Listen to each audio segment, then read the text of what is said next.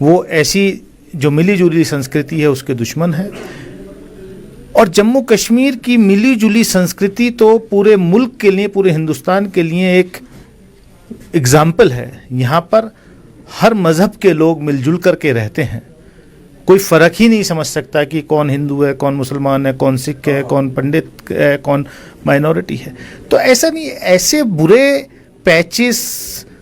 برا وقت آتا ہے لیکن وہ تھوڑی دیر کے لیے سمجھیے کہ ایک برا خواب تھا.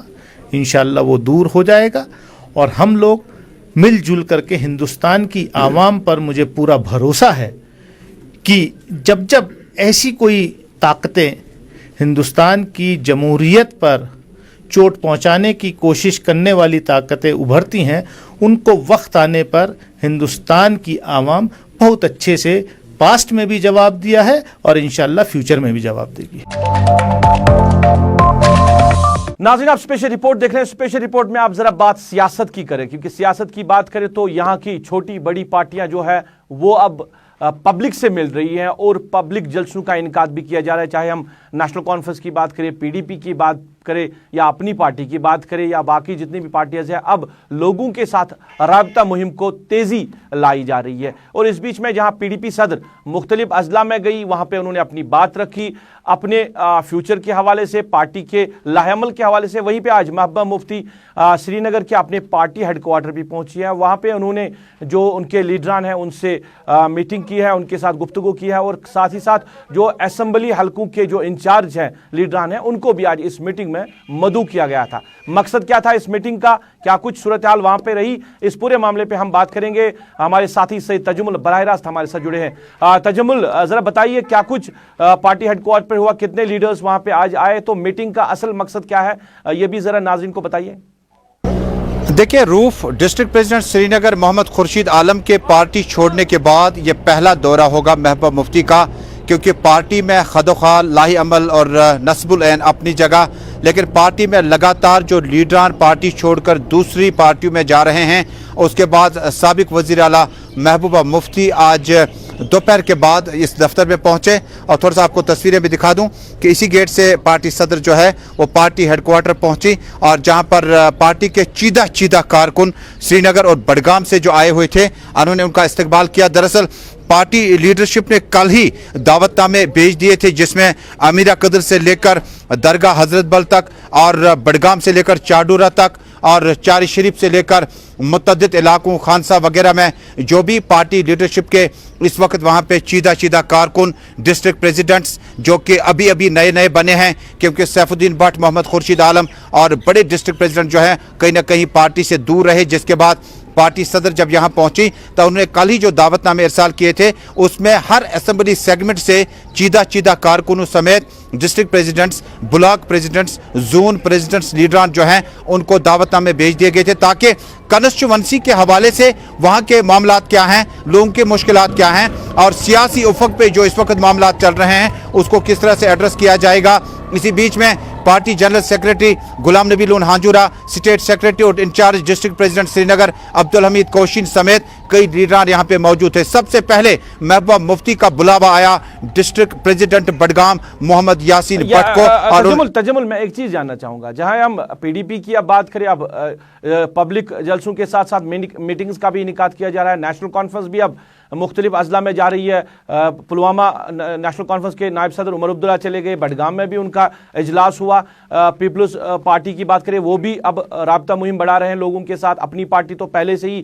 جو پبلک گیدرنگ ہے وہ کرتی آ رہی ہے. کیا کچھ ماحول بن رہا ہے الیکشن کا، جس طرح خبریں آ رہی ہے کہ اب جموں کشمیر میں کسی بھی وقت الیکشن ہو سکتے ہیں، کیا اسی کی تیاری میں یہ پولیٹیکل پارٹیز لگی ہوئی ہے؟ دیکھیں، جمہوریت کی خوبصورتی یہی ہے، ابھی آپ کو ای ڈی کا بلاوا آئے گا، دوسری طرف این آئی اے میں معاملات ہوں گے، تیسری طرف ڈیٹنشن پیریڈ ختم ہوگا، چوتھے میں آپ کا پاسپورٹ سیز ہے، پانچویں میں آپ کی والدہ کا پاسپورٹ بھی فی الحال جموں کشمیر پولیس کی سی آئی ڈی ونگ نے اپنا ایڈورس رپورٹ دیا. لیکن اس کے باوجود بھی پی ڈی پی صدر محبوبہ مفتی نے عوام تک پہنچنے کا سفر جو ہے اس کو نہیں روکا، کیونکہ انفورسمنٹ ڈائریکٹوریٹ کے بلاوے پر جب انہیں دلی طلب کیا گیا تھا تو انہوں نے کہا کہ انہیں کچھ اجتماعی پروگرام ہیں اور پارٹی ورکرز کے ساتھ بات چیت کرنے، لہٰذا اگر وہ چاہیں تو سری نگر میں تحقیقات کریں، اور تحقیقات ہو گئی ہے۔ یہی سیریز عمر عبداللہ، فاروق عبداللہ اور بقیہ لیڈرشپ چلانے کی کوشش کریں گے کہ 35 سے 370 کے بعد جو ڈیلیمیٹیشن یا حد بدی کا جو معاملہ ہے، جو تقریباً اگست سے سپٹمبر تک اپنا رپورٹ پیش کریں گے، اور جس وقت ڈیلیمیٹیشن کا رپورٹ آئے گا اس سے پہلے مین سٹریم پارٹیاں انتخابی مرحلے میں بڑھ چڑھ کر حصہ لیتی آئی، اور جموں کشمیر میں مرکز کا جو رشتہ ہے وہ مین سٹریم لیڈرشپ کا تبدیل 6 سال کے بعد ہوتا ہے۔ کوئی پارٹی اپوزیشن میں جاتی ہے، کوئی ٹریجری بینچ سنبھالتی ہے،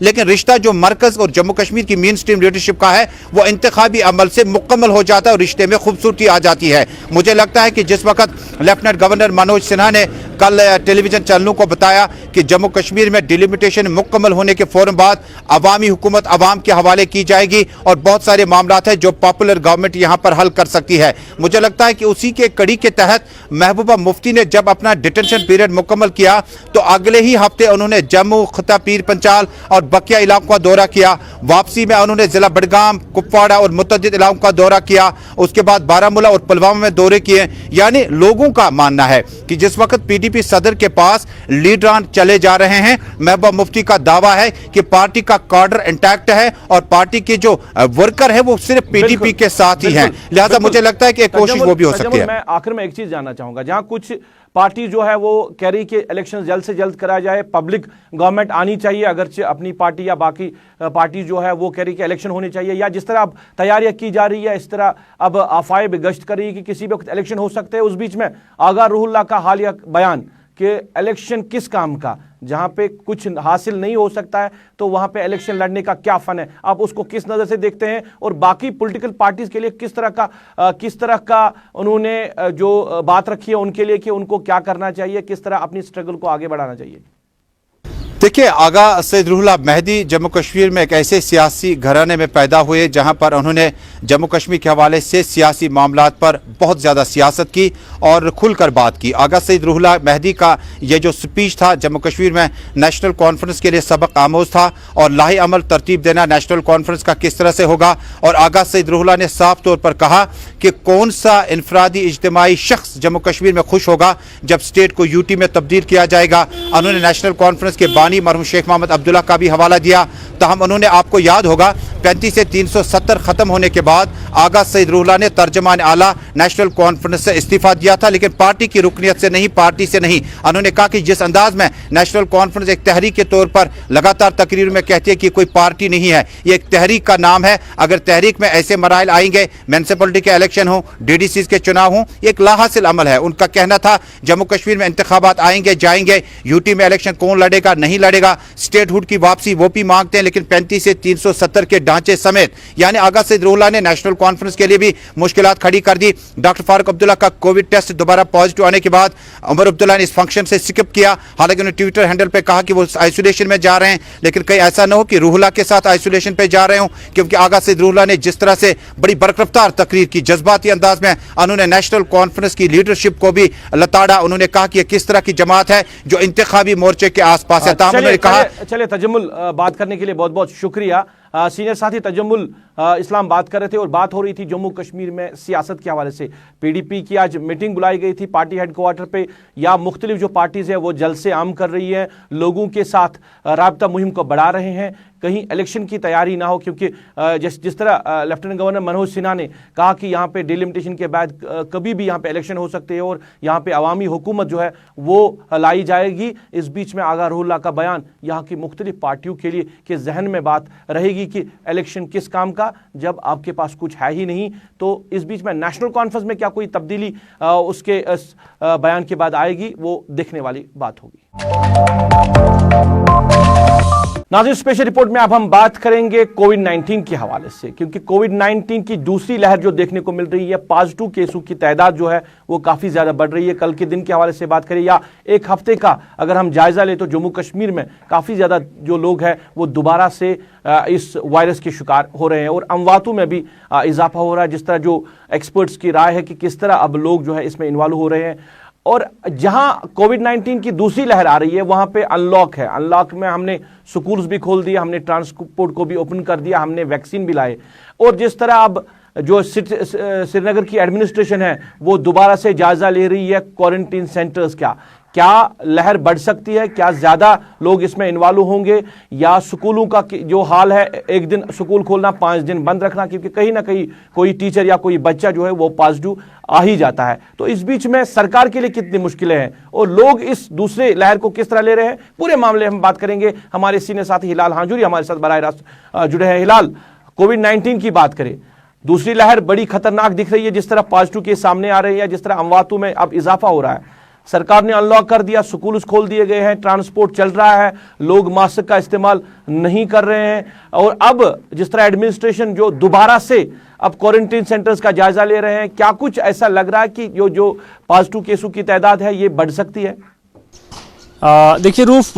پورے جموں کشمیر کے اندر معمول کا کام کاج چل رہا ہے. مزدور مزدوری کے لیے جا رہا ہے, بچے اسکول جا رہے ہیں, ملازمین ڈیوٹی جا رہے ہیں, ڈرائیور صاحبان نکل رہے ہیں, بازاریں کھلی ہوئی ہیں, اور اس سب کے بیچ کووڈ دستک دے رہا ہے بڑی تیزی کے ساتھ. اور اس کا مقابلہ کرنے کے لیے اب ایڈمنسٹریشن نے ہوش کے ناخن لے لیے, اور کل ہی ہم نے دیکھا کہ جس طرح سے ڈپٹی کمشنر سری نگر نے ان مراکز کا دورہ کیا اور وہاں پہ صورتحال کا جائزہ لیا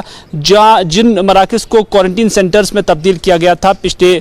سال, اور آج ان کو ری ایکٹیویٹ کرنے کے بارے میں سوچا جا رہا ہے. یعنی ایڈمنسٹریشن کو بھی اب یہ اندازہ ہو چکا ہے کہ دوسری لہر جس شدت کے ساتھ بڑھ رہی ہے یہ شدت بڑی تیز ہوگی, کیونکہ لاسٹ ٹائم کووڈ تھا اور اس کے بعد بازار بند تھے, ٹرانسپورٹ نہیں چل رہا تھا, 2 سے زیادہ لوگوں کو چلنے کی اجازت نہیں تھی, سکول بند تھے,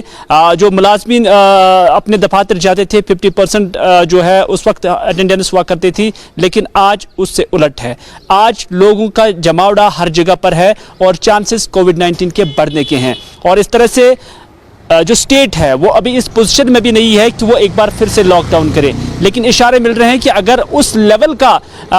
جو کیسز ہے وہ بڑھ گئے تو پھر سٹیٹ کو جانا بھی پڑ سکتا ہے. لیکن ابھی ویسا رجحان نظر نہیں آ رہا ہے, لیکن اس بات کو بھی نظر انداز نہیں کیا جا سکتا ہے کہ جس طرح سے بڑا امپورٹنٹ یہاں پہ یہ ہے کہ اب کووڈ 19 کی دوسری لہر تعداد بڑھ سکتی ہے. جس طرح آپ جائزہ لے رہے ہیں صورتحال کا, آپ نے سکولز کھول دیے ہیں, پرائمری لیول سے لے کر ہائر لیول اور ہائر سیکنڈری اور کالجز کو اوپن کرنے کی بات آپ نے کہی ہے. کئی ایسے سکولز ہیں جہاں پہ موقع نہیں ہے کہ آپ سوشل ڈسٹینس رکھ سکتے ہیں, وہاں پہ ماسک کا استعمال نہیں کیا جا سکتا, جس طرح صورتحال سکولوں کی ہماری بنی ہوئی ہے. تو ہم نے آئے روز اب آتے ہیں خبریں کہ فلانی فستانی علاقے سے اب سکول بند ہوگا 5 دن کے لیے, یہ سکول بند رہے گا, وہ سکول بند رہے گا. تو سرکار اس کے حوالے سے کیا کچھ کر رہی ہے؟ کیا سکولوں کو بند ہی کرنا ہے یا اسی سسٹم کو آگے بڑھنا ہے کہ آج جس سکول میں پازیٹیو آئے اس کو بند کرنا ہے, باقی کنٹینیو کرنا ہے؟ دیکھیے سرکار بے بس ہے, ایڈمنسٹریشن بے بس ہے, کیونکہ جہاں ایڈمنسٹریشن خود غیر سنجیدہ نظر آئی پورے 1 سال کے دوران, وہیں پر عام لوگوں کی جانب سے, عام کشمیری یا جموں کے رہنے والے لوگوں کی جانب سے بھی سنجیدگی کا مظاہرہ نہیں کیا گیا. یعنی سنجیدگی اس لیول پہ ہم کہہ سکتے ہیں کہ جو پروٹوکال تھا, جو اس کے لیے گائیڈ لائنز تھی, اس پر کہیں پر بھی عمل جو ہے کوئی بھی کرتا ہوا نظر نہیں آیا. نتیجہ یہ ہے کہ آج ہم اس ڈیزاسٹر میں اس قدر گھیرے ہوئے ہیں کہ یہاں سے نکلنا اب بہت مشکل ہے, یہاں تک کہ ناممکن بھی ہے. اور پورے ورلڈ کے کمپیریزن میں جب ہم کشمیر کے اندر بھی دیکھتے ہیں تو صورتحال بالکل الگ نہیں ہے, صورتحال کافی خراب ہے, اور ایسا لگ رہا ہے کہ آنے والے دنوں میں کووڈ کافی بڑھے گا. جہاں تک سکولوں کا آپ نے سوال پوچھا, 1 مہینے کے اندر ہی ہم نے دیکھا کہ جس طرح سے سکولوں کے اندر جو ہے اٹینڈنس شروع ہو گئی ہے بچوں کی, اور جو عملہ ہے درس و تدریس کے حوالے سے وہ بھی آنا شروع ہو گیا ہے. اس کے بعد ہم نے دیکھا کہ کیسز بڑے لگاتار بڑھ گئے ہیں. اس کا مطلب یہ نہیں کہ سکول کھولنے سے ہی ہو گئے, لیکن بچے زیادہ پریکاشنز خود نہیں لے سکتے ہیں, بچے ڈیپینڈنٹ ہوتے ہیں, اور جو پیرنٹس ایک بچے کا خیال کر سکتے ہیں وہ ٹیچر کبھی نہیں کر سکتا, یا اسکول میں جو باقی لوگ ہوتے ہیں ان بچوں کا کیئر کرنے کے لیے وہ سفیشینٹ نہیں ہے جس طرح ماں باپ لے سکتا ہے. تو اس طرح سے مجھے لگتا ہے, اور ایکسپرٹس کا بھی یہ ماننا ہے کہ جب سکول کو کھول دیا گیا تھا تو اسی وقت اگر ان کی ویکسینیشن بھی ہوئی ہوتی تو اس سے کسی حد تک جو ہے سکول کو ایک ریلیکسیشن دی جا سکتی تھی, کیونکہ جو ایک پود ہے وہ خراب ہو سکتی تھی اگر وہ ایجوکیشن لیس رہ سکتے ہیں, اگر ان کی ایجوکیشن متاثر ہو جائے گی. کیونکہ اگر آپ نے آگے بڑھنا ہے تو ایجوکیشن کو آپ نے کیری کرنا ہے, اور وسائل اور بھی تھے ایجوکیشن حاصل کرنے کے, لیکن جو طریقہ آف لائن کلاسز میں یا بچے کو سمجھانے میں آسانی ہوتی ہے وہ آن لائن میں نہیں ہوتی ہے.